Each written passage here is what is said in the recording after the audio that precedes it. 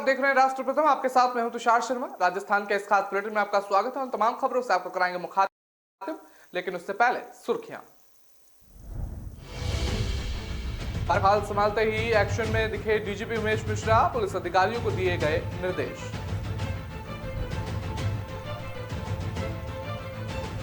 ACR के मुद्दे पर राजस्थान के मंत्रियों में तकरार, प्रताप सिंह और महेश जोशी आए आमने सामने। राजस्थान में संविदा भर्ती को लेकर नाराजगी, युवा बोले इसको तो प्रियंका गांधी भी कर चुकी हैं विरोध। केंद्रीय मंत्री शेखावत के प्रयास से जोधपुर के किसानों को बड़ी राहत, पीएमएफबीवाई की 17.36 करोड़ की बकाया राशि मिली। मुकुंदरा रिजर्व में 2 साल बाद आई खुशियां, जल्द टाइगर की दहाड़ से गूंजेगा जंगल। अब खबरें जानेंगे विस्तार से। आपको बता दें कि भारतीय पुलिस सेवा के वर्ष 1989 बेंच के वरिष्ठ अधिकारी उमेश मिश्रा ने गुरुवार को पुलिस मुख्यालय में निवर्तमान महानिदेशक पुलिस एमएल लाठर से कार्यभार ग्रहण किया है। बता दें, इससे पहले पुलिस मुख्यालय पहुंचने पर उन्होंने आरसी की टुकड़ी द्वारा गार्ड ऑफ ऑनर दिया गया था। और बता दें कि कार्यभार ग्रहण करने के बाद उन्होंने पुलिस मुख्यालय में भारतीय पुलिस सेवा के अधिकारियों की बैठक ली। उमेश मिश्रा अगस्त 2021 से डीजी इंटेलिजेंस के पद पर कार्यरत थे और उन्होंने जयपुर शहर के रामगंज सर्किल में आईपीएस प्रोवेंशन पूरा किया था और इसके बाद चूरू, भरतपुर, पाली, कोटा शहर में पुलिस अध्यक्ष और आईबी नई दिल्ली में असिस्टेंट डायरेक्टर और डिप्टी डायरेक्टर के पद पर कार्यरत थे। डीआईजी के रूप में एसीबी और आईजी के पद पर एसबी, एटीएस, भरतपुर रेंज और विजिलेंस और जोधपुर रेंज है। और बता दें कि एसडीआरएफ, सिविल राइट, एसटीएफ और एसएचयू इंटेलिजेंस में अतिरिक्त महानिदेशक पुलिस का पदभार संभाला। उन्होंने वर्ष 2007 में पुलिस मेडल और वर्ष 2016 में राष्ट्रपति पदक से सम्मानित किया गया था। इससे पूर्व पुलिस मुख्यालय पहुंचने पर अतिरिक्त महानिदेशक राजीव शर्मा सहित वरिष्ठतम आईपीएस अधिकारी और मौजूद अन्य पुलिस अधिकारी और कर्मचारियों ने उनकी आगवानी की और गार्ड ऑफ ऑनर के निरीक्षण के बाद डीजीपी कार्यालय में जाकर विविध रूप से लाठर से महानिदेशक पुलिस का कार्यभार संभाला।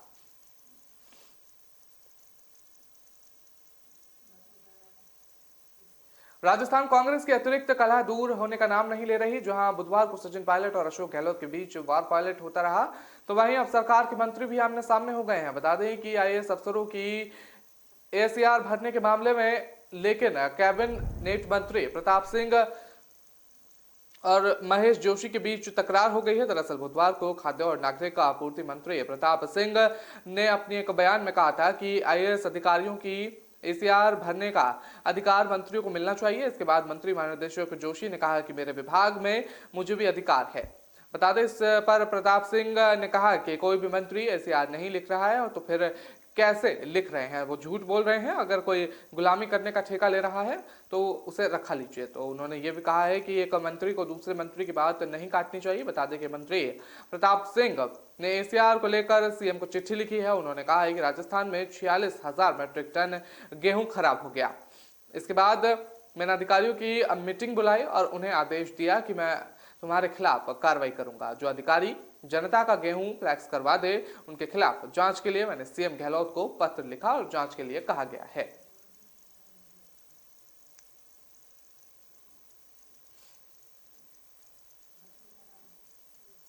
राजस्थान में संविदा मॉडल आया जिसमें गेस्ट फैकल्टी के रूप में युवाओं की भर्तियां शुरू की गई हैं।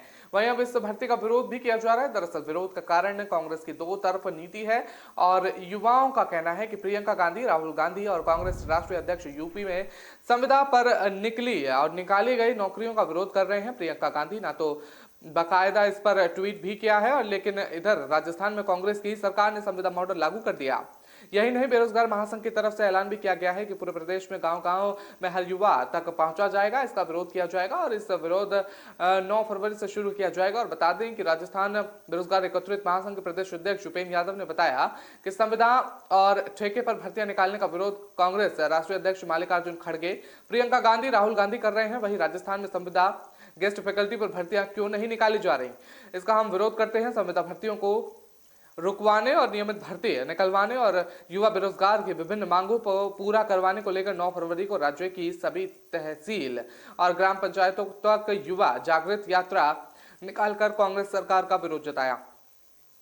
बता दें वहीं अभी भी पिछले एक महीने से ज्यादा से गुजरात में अपनी 20 सूत्रीय मांगों को लेकर विरोध किया जा रहा है। अब इस संविदा मॉडल के खिलाफ किया जाएगा। राजस्थान सरकार ने गेस्ट फैकल्टी योजना की शुरुआत की है, जिसमें रीट परीक्षा दे चुके अभ्यर्थियों को इसमें नियुक्त किया जाएगा। इसके आवेदन शुरू भी हो चुके हैं और इसमें प्रति घंटे के अनुसार वेतन दिया जाएगा। वेतन हर पद के लिए अलग अलग निर्धारित किया हुआ है और इसमें अधिकतम 30,000 रुपए प्रति महीना दिया जाएगा।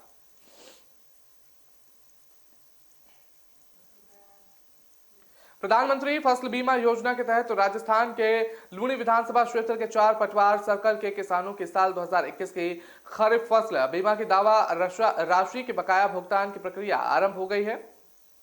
तकनीकी कारणों से इन 4 पटवार सर्कल के कष्टकारों का भुगतान बकाया रह गया था। जोधपुर सांसद और केंद्रीय जल शक्ति मंत्री गजेंद्र शेखावत के प्रयासों से इन किसानों के खेतों में करीब 17 करोड़ 36 लाख जमा होने की प्रतिक्रिया आरंभ हो गई है। इसके लिए किसानों ने शेखावत का आभार व्यक्त किया है। बीमा दावे की ये राशि लूणी विधानसभा क्षेत्र के 4 पटवार सर्कल नंदवाड़ा, शुभदंड, कांजीलाल और जानेदेसर क्षेत्र के किसानों को मिलेगी। दरअसल संबंधित फसल बीमा कंपनी ने किसानों के बीमा दावे को यह कहते हुए खारिज कर दिया कि क्रॉप कटिंग के समय उन्हें विटनेस के रूप के साथ नहीं रखा और इस पर लूणी के पूर्व विधायक जोगराम पटेल और किसानों का प्रतिनिधिमंडल केंद्रीय मंत्री शेखावत से दिल्ली में मिला और उन्हें पूरे मामले से अवगत कराया। शेखावत ने उच्च अधिकारियों से बात की और बीमा राशि भुगतान करने वाली कंपनी के प्रतिनिधि के साथ बैठक की और इस पूरे मामले का निस्तारण करवाया। इसमें केंद्रीय कृषि राज्य मंत्री कैलाश चौधरी ने भी सक्रिय भूमिका निभाई।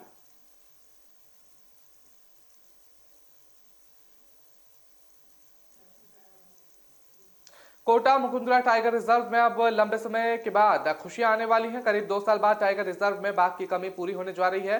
बता दें कि बाघ परियोजना सवाई माधोपुर की बाघ T110 के स्वास्थ्य परीक्षण के बाद मुकुंदरा हिल्स टाइगर रिजर्व में शिफ्ट किया जा रहा है और नए बाघ T110 की उम्र 6 साल बताई जा रही है। इसे गाजीपुर आमली के पेरिफेरल क्षेत्र रेंज फालोदी से मुकुंदरा हिल्स टाइगर रिजर्व में शिफ्ट किया जा रहा है और बता दें कि कोटा में इसे शिफ्टिंग को लेकर पूरी तैयारियां की जा रही हैं। इस मौके पर एनटीए के अभिषेक भटनागर, CWL के प्रतिनिधि संजीव शर्मा, दौलत सिंह सदस्य और CHF सेडू राम यादव, SDF रणधीर संग्राम सिंह कटारिया मौजूद हैं और बता दें उन्होंने ये परीक्षण भी किया है। मुकुंदरा हिल्स टाइगर रिजर्व के बाघ शिफ्टिंग के लिए इंतजार अब खत्म हो गया है। वन विभाग की टीम 1 माह से बाघ शिफ्ट कराने के लिए प्रयास कर रही है और बता दें कि टीम लगातार ये प्रयास कर रही है और शिफ्ट कराने के लिए फालोदी रेंज के बाघ 110 का चयन किया गया था।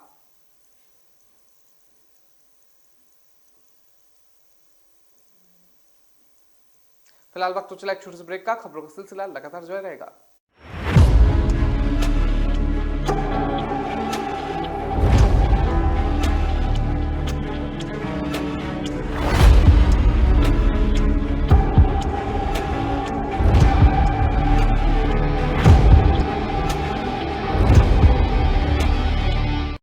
वंडर मसालों की रेंज है तैयार, जिन्हें है आपके ट्विस्ट का इंतजार। अमृतसरी छोले, मेरे वाले छोले। वंडर मसाला,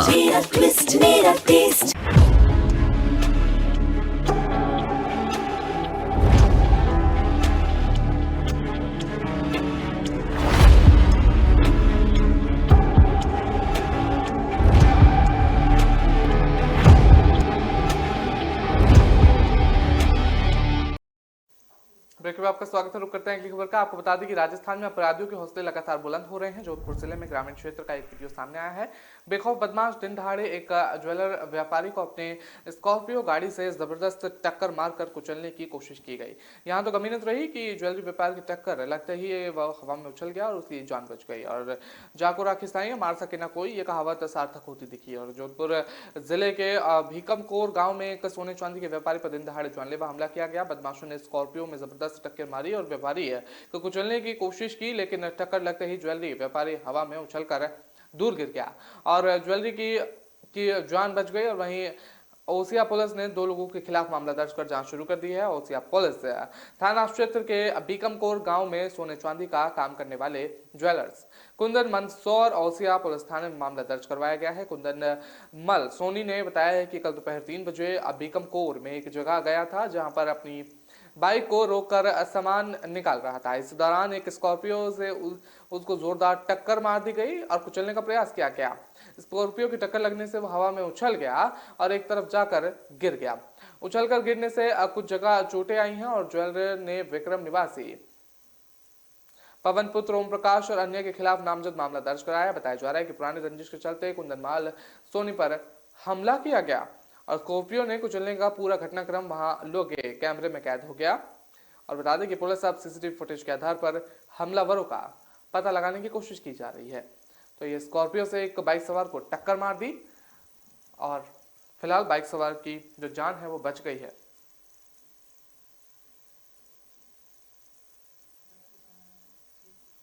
मध्य प्रदेश पुलिस की कथित प्रताड़ना से परेशान होकर कोटा के खातौली के एक किसान धर्मेंद्र प्रेता ने आत्महत्या कर ली। इसके बाद परिजनों और ग्रामीणों का आक्रोश फूट गया और सैकड़ों लोग शव को लेकर प्रदर्शन के लिए 250 किलोमीटर दूर एमपी के जलालपुर पहुंचे और यहां शव रखकर प्रदर्शन कर रहे थे कि तभी एसपी पुलिस ने लाठीचार्ज कर दिया और आंसू गैस के गोले दाग दिए। इधर प्रदर्शनकारियों ने भी पुलिस पर पत्थर फेंकना शुरू कर दिया, जिससे पुलिस की गाड़ी के शीशे भी टूट गए। इससे पहले पीड़ित के परिजनों और लोग न्याय की मांग को लेकर शव को एमपी पुलिस की जलालपुर चौकी पर लेकर पहुंचे। यहां शव रखकर करीब 1 घंटे तक प्रदर्शन किया गया।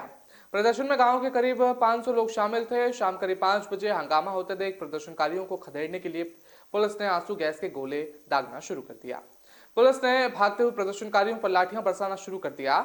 इससे प्रदर्शनकारी भी अपना आपा खो बैठे और पुलिस पर पथराव करना शुरू कर दिया। लाठीचार्ज में महिलाएं और बच्चे भी चोटिल हुए हैं। मौके पर श्योपुर के स्थानीय विधायक बाबूलाल झड़ेली भी पहुंचे और उनकी भी पुलिस से बहस हुई। मामला मध्य प्रदेश के श्योपुर देहात थाना इलाके का जलालपुर चौकी का बताया जा रहा है। सुसाइड से पहले किसान ने सोशल मीडिया पर लिखा कि मेरी अर्थी को तब तक मत उठाना जब तक इंसाफ नहीं मिल जाए। दारू का केस झूठा है। बताया जा रहा है कि इस दौरान थाना अधिकारी सहित 5 लोगों को सस्पेंड कर दिया गया मामले में।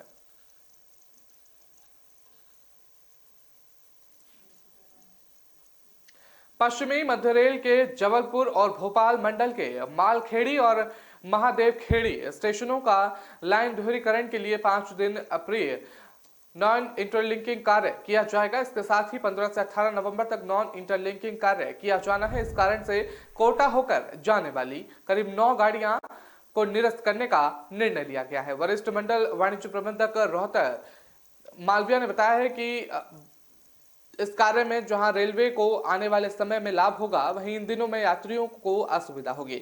यात्री पूरी तरह से जांच कर सफर करें। बता दें कि गाड़ी संख्या 18573 विशाखापट्टनम भगत की कोठी साप्ताहिक एक्सप्रेस 10 और 17 नवंबर को, गाड़ी संख्या 18574 भगत की कोठी विशाखापट्टनम साप्ताहिक एक्सप्रेस 12 और 19 नवंबर को अपने प्रारंभिक स्टेशन से निरस्त रहेगी। गाड़ी संख्या 13423 भागलपुर अजमेर साप्ताहिक एक्सप्रेस 10 और 17 नवंबर को और गाड़ी संख्या 13424 अजमेर भागलपुर साप्ताहिक एक्सप्रेस 12 और 19 नवंबर को अपने प्रारंभिक स्टेशन से निस्तारित रहेगी। गाड़ी संख्या 19607 कोलकाता मदार साप्ताहिक एक्सप्रेस 10 और 17 और 14 को अपने प्रारंभिक स्टेशन को से निरस्त रहेगी। बता दें कि गाड़ी संख्या 20971 उदयपुर सिटी कोलकाता शालीमार साप्ताहिक सुपरफास्ट 13 नवंबर को अपने प्रारंभिक स्टेशन से निरस्त रहेगी।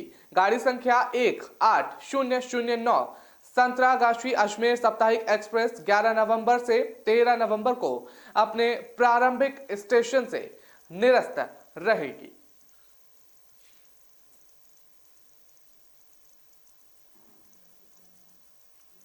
भरतपुर में इंदिरा रसोई के बर्तनों के सुअर चाटने का वीडियो सोशल मीडिया पर खूब वायरल हो रहा है। राजस्थान की कांग्रेस सरकार पर बीजेपी ने हमला बोल दिया। बीजेपी किसान मोर्चा के प्रदेश प्रवक्ता नेम सिंह फौजदार ने घटना को दुर्भाग्यपूर्ण और निंदनीय बताया। उनका कहना है कि अभी तो सुअर बर्तनों को चाट रहे हैं, न जाने खाने में भी क्या मिलाया जाता होगा। उन्होंने गरीबों के साथ बहुत बड़ा मजाक है, धोखा कहा है इसे। इंदिरा रसोई के लिए बीजेपी नेता ने कड़े नियम बनाने और दोषियों पर तुरंत कार्रवाई करने की मांग की है। नगर निगम के मेयर अभिजीत कुमार का कहना है कि मैंने भी सोशल मीडिया पर देखा है कि महारानी जया कॉलेज के पास संचालित इंदिरा रसोई के बर्तनों को सुअर चाटते नजर आ रहे हैं। उन्होंने कहा कि संचालक की लापरवाही की जांच हो रही है। उप निदेशक क्षेत्र विस्तार सुरेश यादव का कहना है कि सोशल मीडिया पर वीडियो वायरल होने के बाद इंदिरा रसोई का लाइसेंस सस्पेंड कर दिया गया है। संचालक को 3 दिन में जवाब देने के लिए नोटिस जारी कर दिया गया है। कमिश्नर नगर निगम कार्रवाई कर रहे हैं। उन्होंने मामले में बहुत गंभीर माना है। उन्होंने कहा है कि सभी इंदिरा रसोई का इंस्पेक्शन कराया जा रहा है। संचालक को किसी तरह की अनियमितता बर्दाश्त नहीं की जाएगी। इंस्पेक्शन के अधिकार पर अधिकारी की नियुक्ति कर दी गई है और भरतपुर शहर से संचालित इंदिरा रसोई के लिए IAS और IPS अधिकारी को लगाया गया है। सभी अधिकारी इंदिरा रसोई की जांच करेंगे और कमियों को दुरुस्त किया जाएगा। अनियमितता मिलने पर संचालक के खिलाफ कार्रवाई होगी। इंदिरा रसोई योजना के तहत गरीबों को 8 रुपए के लिए खाना मिलता है और राजस्थान की कांग्रेस सरकार ने कोरोना महामारी के दौरान इसकी शुरुआत की गई थी।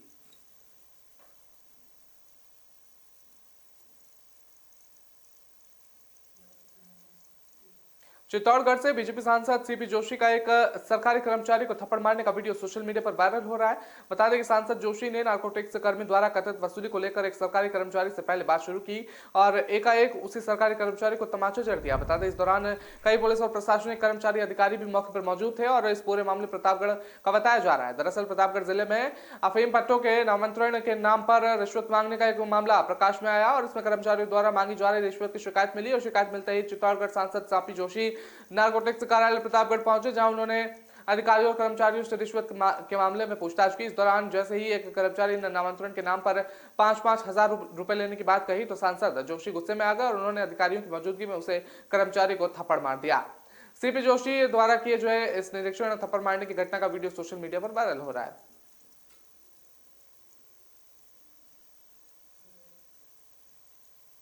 फिलहाल वक्त तो चला एक छोटे से ब्रेक का। खबरों का सिलसिला लगातार जारी रहेगा।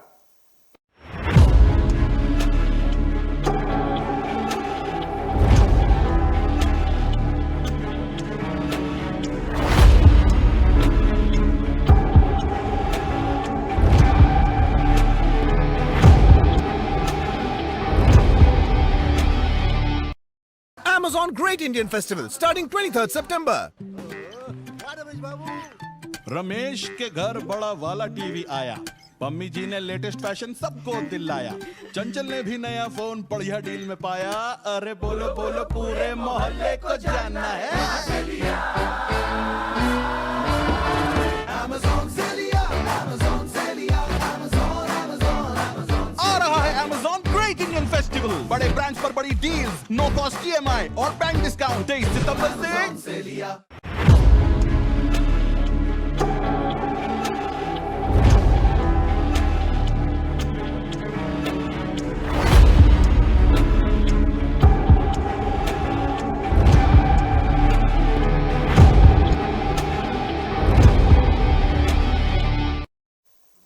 ब्रेक पर आपका स्वागत करते हैं अगली खबर का। आपको बता दें कि राजस्थान के बांसवाड़ा जिले में मानगढ़ धाम में मंगलवार को प्रधानमंत्री नरेंद्र मोदी की सभा हुई। मानगढ़ धाम जो आदिवासियों के लिए सबसे बड़ा आस्था का केंद्र बना हुआ था, वहीं यह सभा बीजेपी के लिए 3 राज्यों गुजरात, मध्य प्रदेश और राजस्थान के आदिवासी वोटरों को रिझाने के लिए मानी जा रही थी। इस सभा को सभी को सबसे बड़ी उम्मीद थी और मानगढ़ धाम को राष्ट्रीय स्मारक घोषित किया जाएगा, लेकिन पीएम मोदी ने यह नहीं किया और वैसे में विरोध पार्टियों के नेताओं ने इस पॉइंट को पकड़ लिया है और विपक्ष के नेता कह रहे हैं कि 100% उम्मीद थी कि मानगढ़ धाम को राष्ट्रीय शहीद स्मारक घोषित किया जाएगा, लेकिन नहीं हुआ। इस क्षेत्र के लिए लोगों ने दूसरी बना ली है और बता दें कि मान को बड़ा अज्ञात पहुंचा है और इधर संस्कृति राज्य मंत्री अर्जुन राम मेघवाल जिन्होंने इस कार्यक्रम का आयोजन करवाया, उन्होंने मीडिया से कहा कि पीएम मोदी की ये सभा मानगढ़ धाम के विस्तार और विकास के लिए थी। मानगढ़ धाम गुजरात, राजस्थान, मध्य प्रदेश और महाराष्ट्र के आदिवासियों के आस्था का केंद्र, इस कारण 4 राज्यों में इसके विकास के लिए आगे आने की अपील की गई थी। तो ये एक सभा रखी गई थी, उसमें खास बातचीत में ये बात सामने आई थी, जिसमें विपक्षी दलों ने नाराजगी जताना शुरू कर दिया।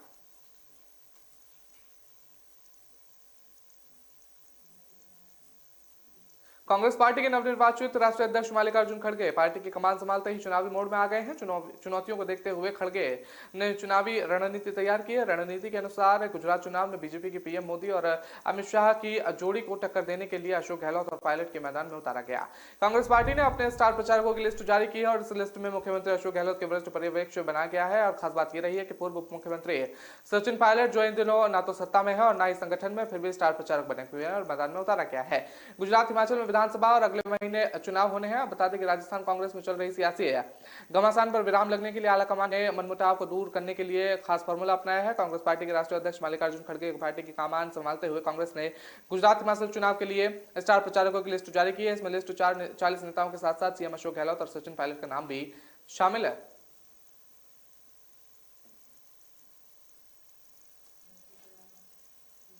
बारां जिले के केलवाड़ा में बिजली निगम का रिश्वतखोरी अजयन रंगे हाथों पकड़ा गया है। कॉलोनी निवासी फरियादी ओम प्रकाश ने बूंदी एसपीबी से रिश्वत मांगते जाने की शिकायत की थी और फरियादी पर कृषि कनेक्शन का बिल बकाया था और बकाया नहीं देने पर बिजली निगम ने खेतों में लगा ट्रांसफार्मर खोल दिया और फरियादी ने ट्रांसफार्मर वापस लेने की गुहार लगाई थी और रुपए की बिजली निगम का जैन विक्रम मीणा ट्रांसफार्मर वापस लेने के बदले 25,000 रुपए रिश्वत की मांग कर रहा था। फरियादी ने रिश्वत की 10,000 दे दिए और बकाया 15,000 की मांग और हो रही थी। शिकायत पर कोटा के एसपी आलोक श्रीवास्तव की निगरानी में जाल बिछाया गया और बता दें कि बूंदी डीएसपी ज्ञानचंद्र मीणा ने शिकायत का सत्यापन किया और बता दें कि शिकायत सही पाने जाने पर ताराचंद ने विक्रम मीणा को 15,000 की रिश्वत लेते हुए रंगा हाथ पकड़ लिया और बता दें कि मीणा ने बताया कि शिकायत का गोपनीय सत्यापन करवाया गया था। सत्यापन के दौरान खुलासा हुआ कि आरोपी जैन विक्रम मीणा फरियादी के परिवारवादी 10,000 रुपए लेते हुए पकड़ा गया और बकाया 15,000 रुपए की और पुष्टि की जानी है। तो पकड़ा गया है रिश्वत लेते हुए।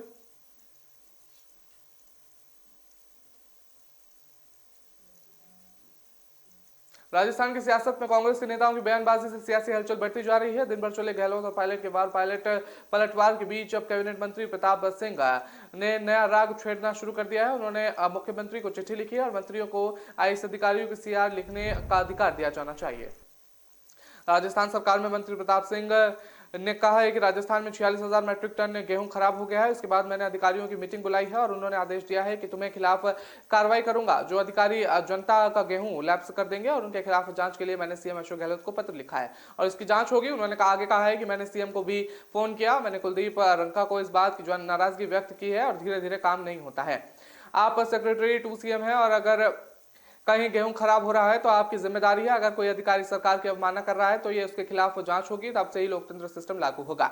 मैंने सीएम को पत्र लिखा है और आप सभी को एसीआर मत लिखिए और बता दें हम ये अधिकारी दीजिए और जब आप मंत्रियों के अधिकार देंगे तभी अधिकारी सुधरेंगे और जब आईएएस अधिकारी बात ही नहीं मानेगा तो आप जनता का काम कैसे करवाएंगे।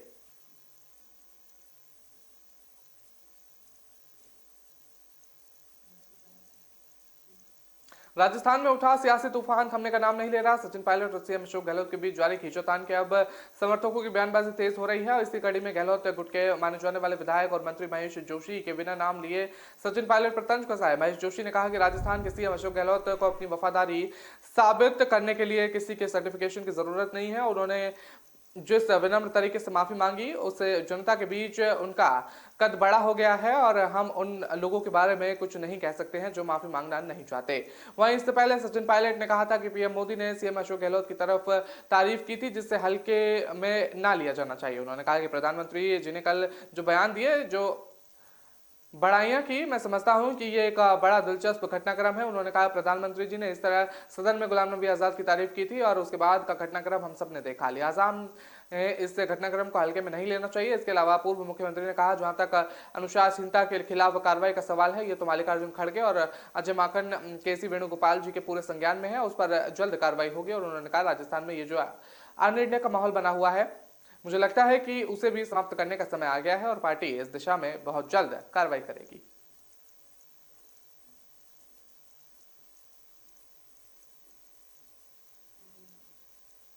तो फिलहाल इस बुलेटिन में इतना ही। मुझे दीजिए इजाजत, नमस्कार।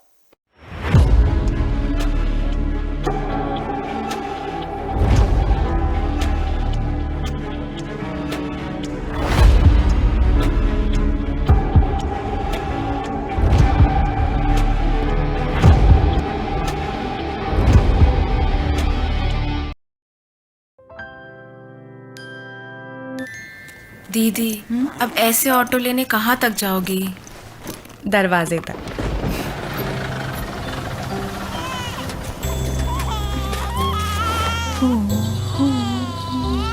जो सोचे जो चाहे वो करके दिखा दे।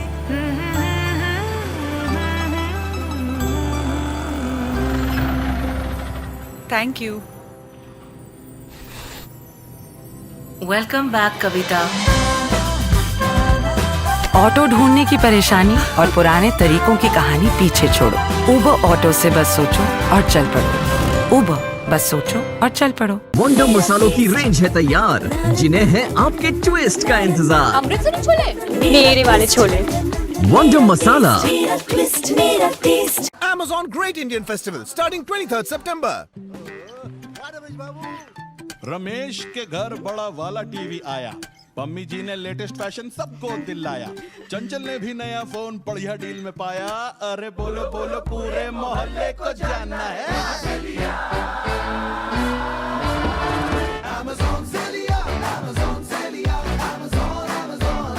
आ रहा है Amazon Great Indian Festival, बड़े ब्रांड्स पर बड़ी डील्स, नो कॉस्ट EMI और बैंक डिस्काउंट 23 सितंबर से।